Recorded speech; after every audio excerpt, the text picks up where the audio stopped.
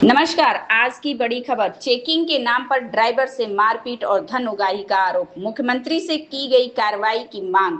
आजमगढ़ में चेकिंग के दौरान एक वाहन चालक के साथ कथित मारपीट और धन उगाही का मामला सामने आया है। वाहन चालक कल्याण समिति संपूर्ण भारत ने मुख्यमंत्री को पत्र भेजकर पूरे मामले की निष्पक्ष जांच और दोषी पुलिसकर्मियों पर कार्रवाई की मांग की है। समिति के राष्ट्रीय अध्यक्ष सूर्यमणि यादव द्वारा भेजे गए पत्र के अनुसार जहानागंज थाना क्षेत्र के एक ट्रक चालक ने आरोप लगाया है कि बीते 3 जून को चेकिंग के दौरान 2 पुलिसकर्मियों ने उससे अभद्र व्यवहार किया, मारपीट की और धन उगाही का प्रयास किया। विरोध करने पर चालक के खिलाफ ही मामला दर्ज कर दिया गया। पीड़ित चालक का कहना है कि घटना के बाद उसे मानसिक और आर्थिक परेशानियों का सामना करना पड़ रहा है। वहीं वाहन चालक कल्याण समिति ने इस पूरे प्रकरण को गंभीर बताते हुए निष्पक्ष जांच कराए जाने तथा जांच पूरी होने तक संबंधित पुलिसकर्मियों को लाइन हाजिर किए जाने की मांग उठाई है। अब इस मामले को लेकर प्रशासन क्या कदम उठाता है और जांच में क्या तथ्य सामने आता है, इस पर सभी की नजर बनी हुई है। मामला है 3 तारीख का। राम प्रवेश ड्राइवर हैं, गैस टैंकर की गाड़ी चलाते एलपीजी की। गोरखपुर से खाली करके मथुरा के लिए उनका लोकेशन था, जाना था, पूर्वांचल एक्सप्रेसवे होके जाना है। जहानागंज पुलिस थाना क्षेत्र के अंतर्गत चक्रपानपुर पुलिस परिवार वालों से मिलने के लिए गाड़ी लेके चले गए। वहां पर रोड के किनारे गाड़ी खड़ी करके अपने घर को जाने लगे। तब तक चक्रपानपुर पुलिस चौकी के 2 सिपाही आए। एक का नाम अजय गौड़ है, दूसरे का नाम अज्ञात रहा, जो कि इनको नाम नहीं पता। उनके द्वारा इनसे पूछताछ की गई कि कहाँ से आए हो, कहाँ जाना है, क्या कर रहे हो। इन्होंने बताया।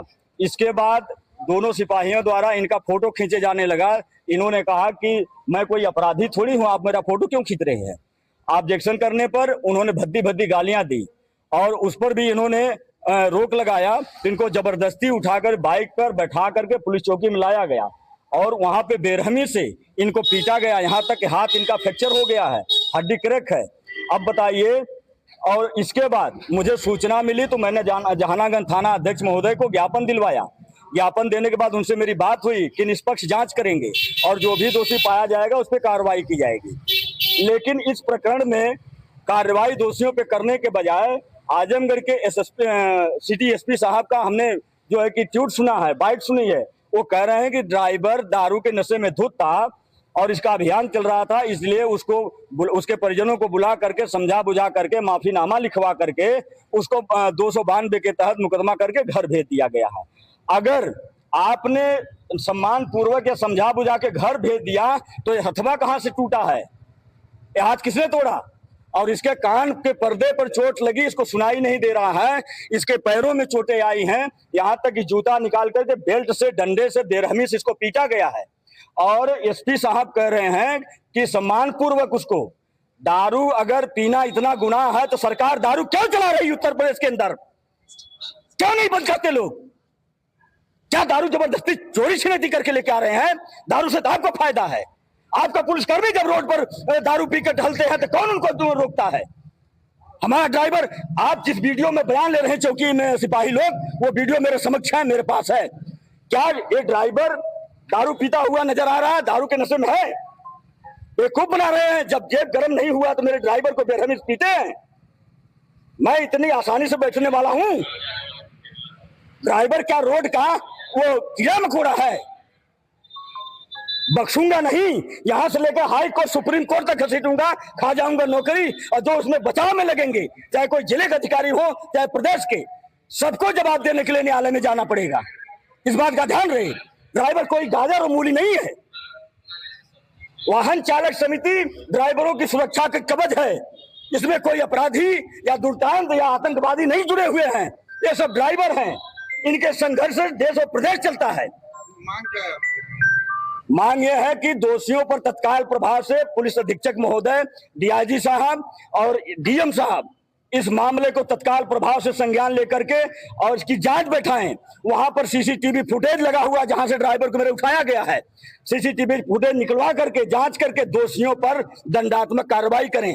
अगर मेरा ड्राइवर रोड पर गुनहगार हो सकता है, इनके पुलिस वाले भी गुनहगार हैं, इनको सजा निर्धारित करें, इनको भी जेल भेजें। मेरे ड्राइवर की गाड़ी खड़ी है, कौन चलाएगा। वो सिपाही जाएगा गाड़ी चलाने। आज देश में विपत्ति का समय, आपत्ति का समय है। हम लोग अपने कर्तव्यों का निर्वहन करके देश को सिंचने का काम कर रहे हैं और हमारे ड्राइवरों के साथ इस प्रकार से उत्पीड़न किया जा रहा है। बार बार सरकार से ड्राइवर आयोग, ड्राइवर वेलफेयर बोर्ड की बात कर रहा हूं। कहां सो रही सरकार उत्तर प्रदेश या केंद्र की? ऐसे नहीं चलेगा। केंद्रीय परिवहन मंत्री नितिन गडकरी साहब कह रहे हैं कि रोड पर एक्सीडेंट होता है, ड्राइवरों को 1.5 लाख रुपए का मुआवजा दिया जाता है। आज उनके पुलिस वालों ने मेरे ड्राइवर को चोटिल किया है, आके 1.5 लाख रुपए दे, उसका इलाज कराएं। कहां सो रहे सब लोग? सिर्फ पेपरों में और भाषणों में बातें चलेंगी, जमीन पर उतरना पड़ेगा। और नहीं अगर जमीन पर उतरेंगे तो वाहन चालक समिति का एक एक सिपाही जमीन पर उतारना लोगों को जानता है और उतार कर रहेंगे। अगली कार्रवाई क्या होगी? अगली कार्रवाई अगर नहीं दोषियों पर कार्रवाई होती है, सजा निर्धारित नहीं होगी तो उत्तर प्रदेश नहीं कई प्रदेश से ड्राइवर आएंगे और आजमगढ़ की हर सड़कों पर क्रांति गूंजेगी। पता लग जाएगा कि ड्राइवर की औकात क्या है। हम देश के लिए मरते हैं और देश को सींचते हैं। अगर हमारे साथ गलत होगा तो हम गलत करने वाले को नहीं बख्शेंगे। हम जाम करेंगे तो जाम करेंगे। ड्राइवर यूनियन जिंदाबाद।